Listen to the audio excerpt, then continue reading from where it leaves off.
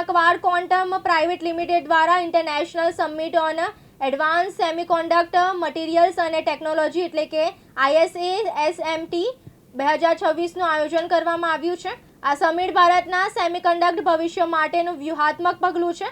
ISASMT 2026 એક એવું આંતરરાષ્ટ્રીય મંચ છે જ્યાં ભારત અને વિદેશના પ્રતિષ્ઠિત વૈજ્ઞાનિકો, અગ્રણી યુનિવર્સિટીઓના પ્રોફેસર, સેમિકન્ડક્ટર અને હાઈટેક ઉદ્યોગના અગ્રણી નિષ્ણાંતો, સ્ટાર્ટઅપ ઇકોસિસ્ટમ અને નીતિ નિર્ધારકો એક જ મંચ પર એકત્રિત થશે।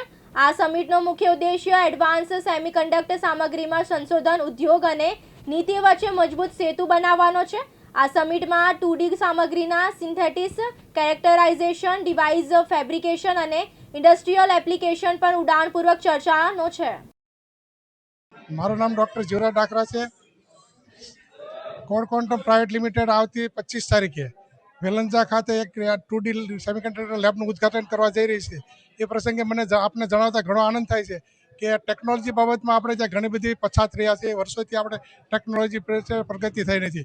કોઈ પણ કન્ટ્રીનો આધાર એને ટેકનોલોજી ડેવલપમેન્ટ માટે છે। સામાન્ય રીતે હું મેડિકલ સાથે જોડાઈને હોવાથી મેં જોયું છે કે જે ટેકનોલોજી અત્યારે છે એ 6 મહિનામાં આઉટડેટેડ થઈ જાય છે અને નવી ટેકનોલોજી ખૂબ જરૂરી થાય। તો એવા માટે થઈને અમે એક લેબની સ્થાપના કરી છે જેની અંદર રિસર્ચ અને ડેવલપમેન્ટ થશે। એમાં 2D સેમિકન્ડક્ટર અત્યારે જે છે સેમિકન્ડક્ટરનો જમાનો છે, એ જમાનાની અંદર 2D લેબ ખૂબ જરૂરી છે અને એનું નોલેજ જરૂરી છે। એટલા માટે આપણે 25 તારીખે લેબનું ઉદ્ઘાટન કરવા જઈ રહ્યા છીએ। સાથે સાથે એક ઇન્ટરનેશનલ સમિટ પણ થવાની છે જેની અંદર વિદેશથી USA પણ સ્પીકર આવે છે।